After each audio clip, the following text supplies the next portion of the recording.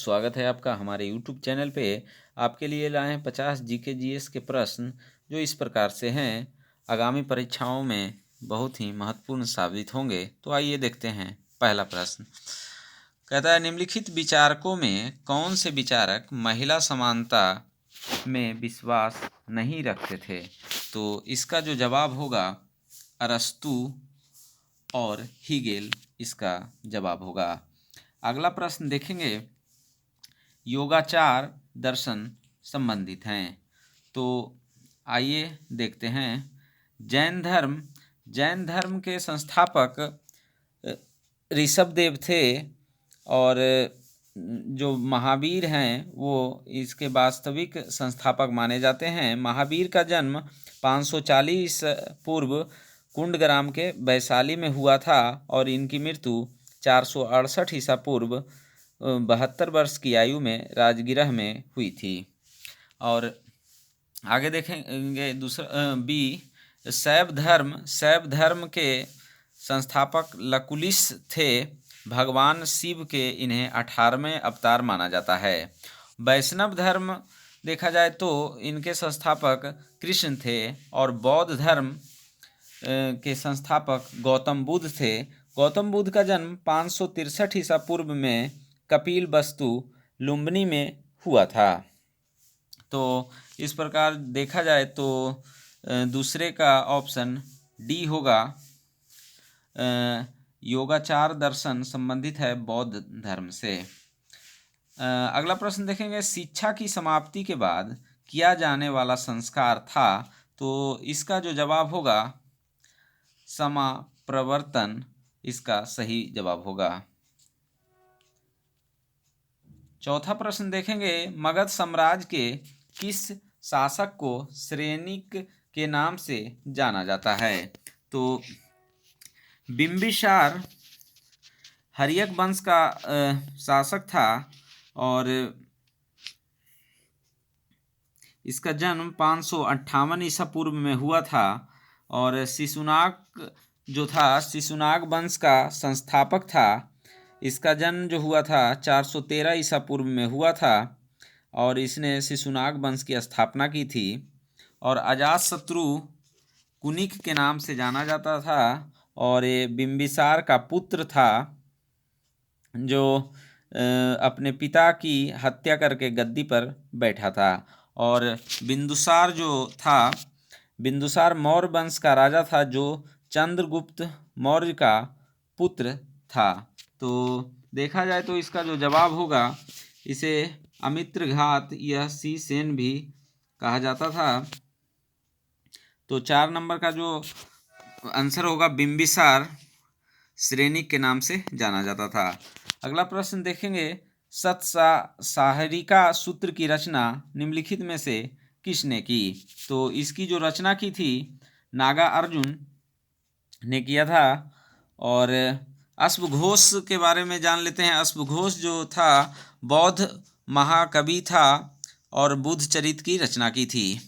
और भास जो थे वो संस्कृत साहित्य के प्रसिद्ध नाटक और कवि थे और पतंजलि योग दर्शन के संस्थापक थे। तो 5वां का जो सही उत्तर हो जाएगा ऑप्शन बी, नागा अर्जुन। अगला प्रश्न देखेंगे, दिल्ली सल्तनत के किस शासक ने सिजदा और पैबोस जैसी प्रथाएं शुरू की? तो इसका जो जवाब होगा बलबन। इसका जवाब हो जाएगा बलबन। ऑप्शन ए को देखते हैं, इल्तुतमिश ऐबक का दामाद था और ये दिल्ली सल्तनत पे 1211 ईस्वी से लेकर 1236 ईस्वी तक शासन किया था। गयासुद्दीन तुगलक के बारे में, तुगलक वंश का शासक था और एक गाजी मलिक की उपाधि धारण की थी। और कुतुबुद्दीन ऐबक के बारे में देखा जाए तो कुतुबुद्दीन ऐबक गुलाम वंश का संस्थापक था जो 1206 ईस्वी में दिल्ली सल्तनत पे गुलाम वंश की स्थापना की थी। तो छठा का जो प्रश्न हो छठे का प्रश्न का जो आंसर होगा ऑप्शन बी, इसका बलबन इसका जवाब होगा। 7वां प्रश्न देखेंगे, निम्न राजपूत राज्यों में कौन संधि के द्वारा ब्रिटिश राजनीतिक प्रभाव में आया? तो इसका जो जवाब होगा ऑप्शन ए करौली। 8वां प्रश्न देखेंगे, स्वदेशी आंदोलन का उद्देश्य था। तो इसका जो उद्देश्य था विदेशी वस्तुओं का तिरस्कृत करना। स्वदेशी आंदोलन की शुरुआत 1905 ईस्वी में हुई थी, कलकत्ता से हुई थी, और इसके जनक जो थे सतगुरु राम सिंह कुका थे, और इस समय वायसराय जो था वो लॉर्ड कर्जन था। अगला प्रश्न देखेंगे, 1857 के विद्रोह के दौरान भारत में ब्रिटिश महिलाओं को समर्पित एक पेंटिंग इन मेमोरियम किसने बनाई थी? तो इसका जो जवाब होगा जोसेफ नोएल पैटन इसका जवाब होगा। 1857 की क्रांति की शुरुआत 10 मई 1857 मेरठ से शुरू किया गया था।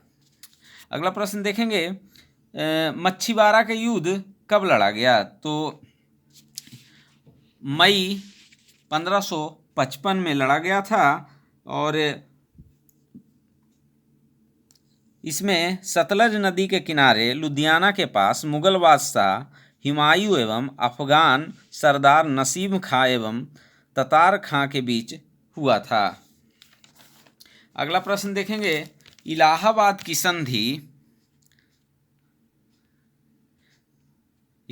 की संधि निम्न में से किनके बीच हुई थी? तो इलाहाबाद की जो संधि हुई थी मुगल वंश के शाह आलम द्वितीय एवं रॉबर्ट क्लाइव के बीच हुआ था। अगला प्रश्न देखेंगे, मुस्लिम लीग ने मुक्ति दिवस कब मनाया था? तो ये जो मनाया गया था 22 दिसंबर 1939 को मनाया गया था, और जो ये मनाया गया था कांग्रेस मंत्री मंडलों के इस्तीफा देने पर मनाया गया था। अगला प्रश्न देखेंगे, सहायक संधि स्वीकार करने वाला दूसरा राज्य कौन था? तो दूसरा राज्य जो था वो मैसूर था। तो पहला राज्य कौन था? तो आइए देखते हैं। पहला राज्य जो था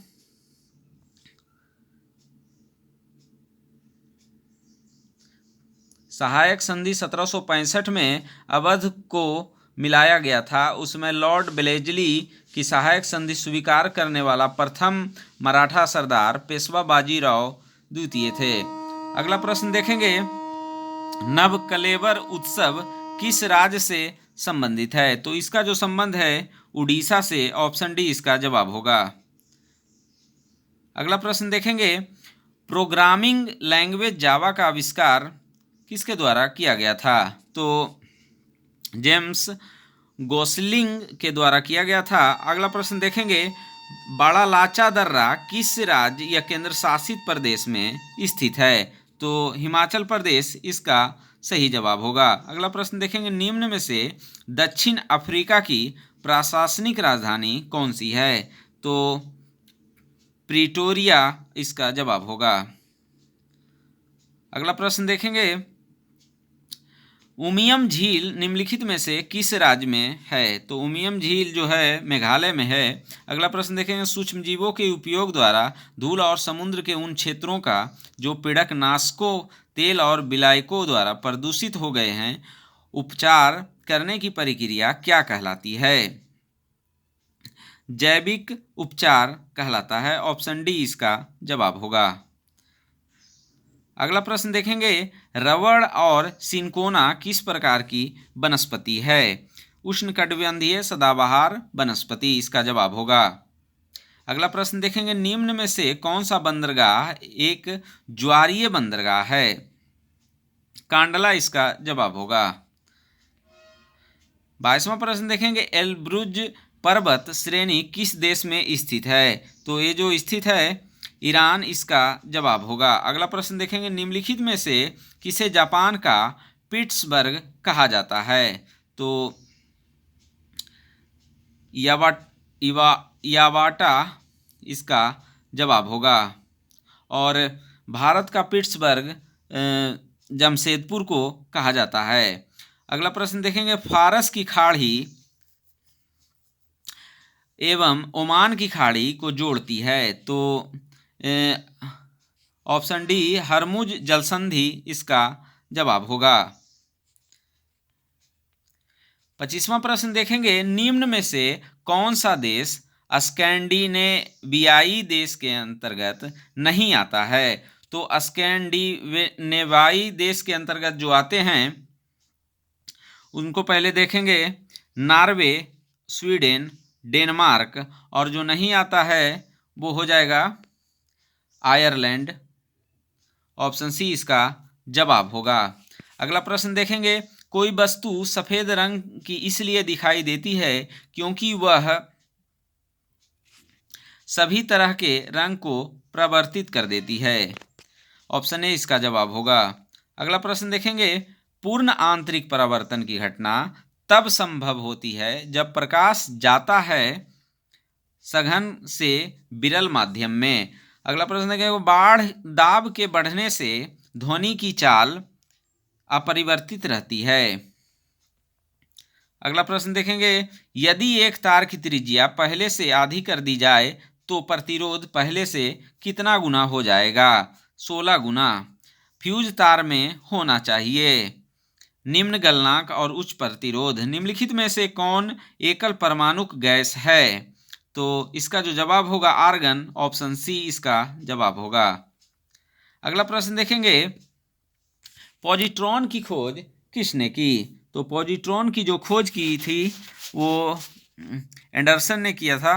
और देखते हैं, गोल्डस्टीन ने प्रोटॉन की खोज की थी और चैडविक ने न्यूट्रॉन की खोज की थी और युकावा ने मेसॉन की खोज की थी। तो और मेसॉन के खोज के उपलक्ष्य में भौतिकी क्षेत्र में 1949 में नोबेल पुरस्कार युकावा को दिया गया था। तो इसका जो जवाब होगा, पॉजिट्रॉन की खोज एंडरसन ने की थी। अगला प्रश्न देखेंगे, रेयॉन निम्न में से किससे निर्मित होता है। तो रेयॉन जो है सेलुलोज से निर्मित होता है। निम्न में से किसे हॉर्न सिल्वर कहा जाता है। सिल्वर क्लोराइड को हॉर्न सिल्वर कहा जाता है।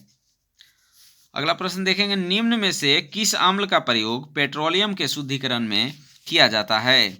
सल्फ्यूरिक अम्ल इसका जवाब होगा। अगला प्रश्न देखेंगे, मेढक निम्नलिखित में से किसके द्वारा श्वसन करते हैं। तो मेढक जो है फेफड़ा और त्वचा दोनों से श्वास लेता है, इसलिए इसका जवाब ऑप्शन डी हो जाएगा। अगला प्रश्न देखेंगे, किस संघ के जंतुओं में पुनरुत्पादन की विशेष क्षमता होती है। तो इसका जो जवाब होगा इकाइनोडर्मेटा। ऑप्शन ए इसका जवाब होगा। अगला प्रश्न देखेंगे, टेकोफेरॉल किस विटामिन का रासायनिक नाम है। तो टेकोफेरॉल जो नाम है विटामिन ई, इसका जवाब होगा। आइए देखते हैं इसके ऑप्शन को।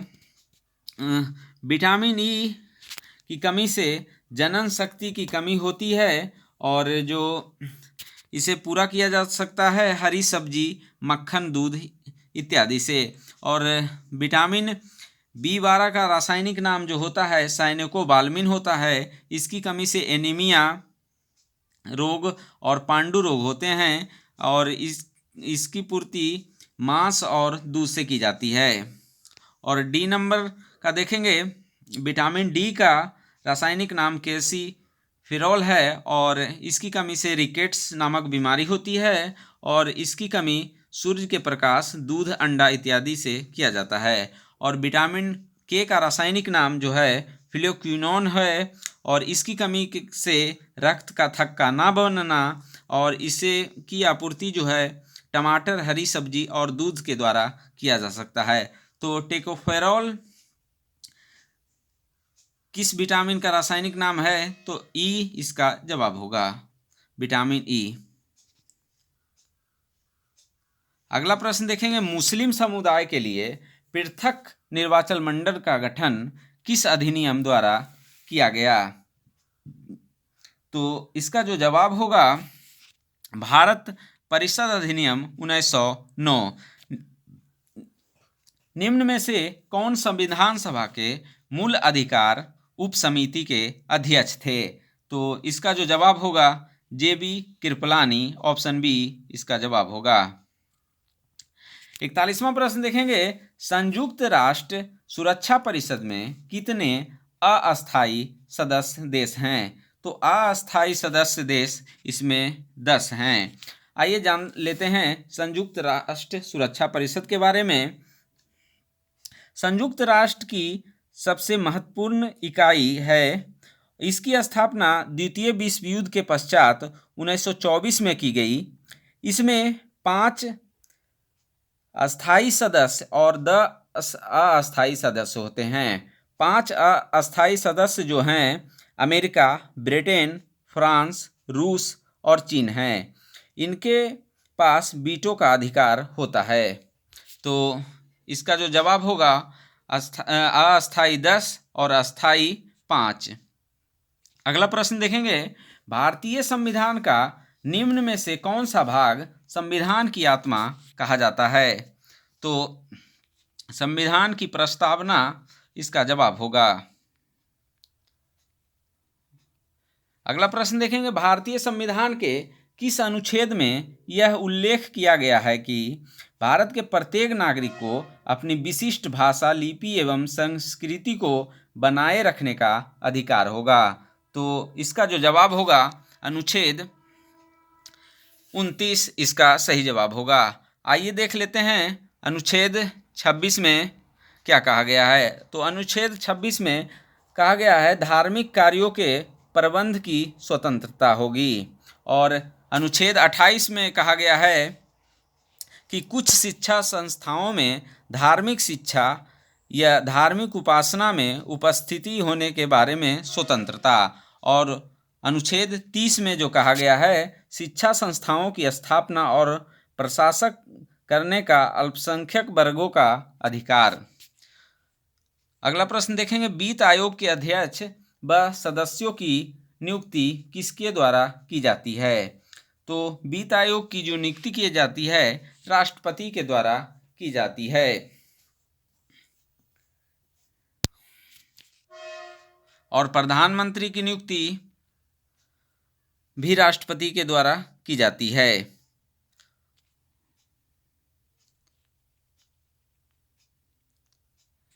प्रत्येक 2 वर्ष बाद राज्यसभा के कितने सदस्य सेवानिवृत्त हो जाते हैं? तो इसका जो जवाब होगा 1/3, ऑप्शन ए इसका जवाब होगा। निम्न में से कौन राज्यसभा में विपक्ष के पहले नेता थे? तो पहले नेता जो थे श्याम नंदन मिश्रा, इसका जवाब होगा। अगला प्रश्न देखेंगे, नमेरी नेशनल पार्क किस राज्य में है? तो इसका जो जवाब होगा असम, ऑप्शन ए इसका जवाब होगा। अगला प्रश्न देखेंगे, निम्न में से किन वस्तुओं पर मांग और आपूर्ति का नियम लागू नहीं होता?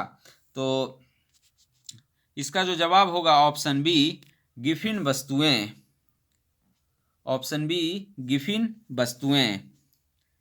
गिफिन वस्तुएं जिन पर मांग का नियम लागू नहीं होता है। और देखते हैं विलासिता वस्तुएं। विलासिता वस्तुएं जिनकी मांग आय के साथ बढ़ती है विलासिता वस्तुएं कहलाती है। निम्न स्तरीय वस्तुएं जिनका उपभोक्ता की आय के साथ विपरीत दिशा में संबंध होता है निम्न स्तरीय वस्तुएं।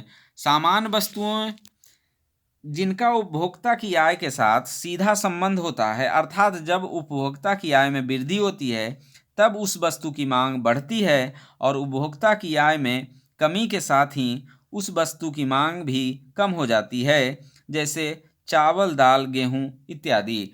तो इसका जो जवाब होगा ऑप्शन बी हो जाएगा, गिफिन वस्तुएं। अगला प्रश्न देखेंगे, संविधिक तरलता अनुपात के संबंध में निम्न में से क्या सही नहीं है? तो पहला, इसका प्रयोग बैंक उपभोक्ता को ऋण देने के उद्देश्य से नहीं कर सकती। इसे बैंक सोना, नगद एवं सरकारी प्रतिभूतियों के रूप में रख सकती है। इसे बैंक अनिवार्य रूप से नकद में आरबीआई के पास रखती है। और डी नंबर, ए और बी दोनों। तो इसका जो जवाब होगा ऑप्शन सी, इसे बैंक अनिवार्य रूप से नकद में आरबीआई के पास रख सकती है। 50वां और अंतिम प्रश्न देखेंगे, फ्रेंच गुयाना की राजधानी कहाँ है? तो इसकी जो राजधानी है कायना, ऑप्शन बी इसका जवाब होगा कायन।